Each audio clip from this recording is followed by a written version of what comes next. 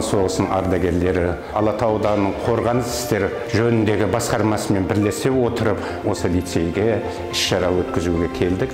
Мұнда іс-шарада келген мақсатымыз мынау жас жеткіншектерге, жас түлектерге патриоттық рухта тәрбие беру.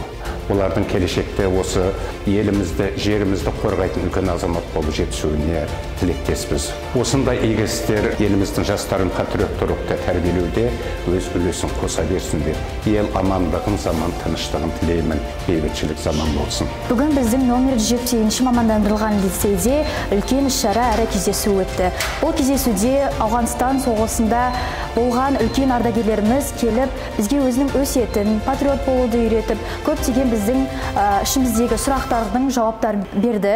Және мен оларға үлкен алғысымды айтқым келеді. Себебі олардың айтқан ақыл өсиеттері менің жүрегіме барып, патриоттық сезімдерін оятты. Және де осы келіп бізге олардың сұхбат бергені үлкен мәртебе. Және сондықтан мен оларға үлкен рахмет айтамын.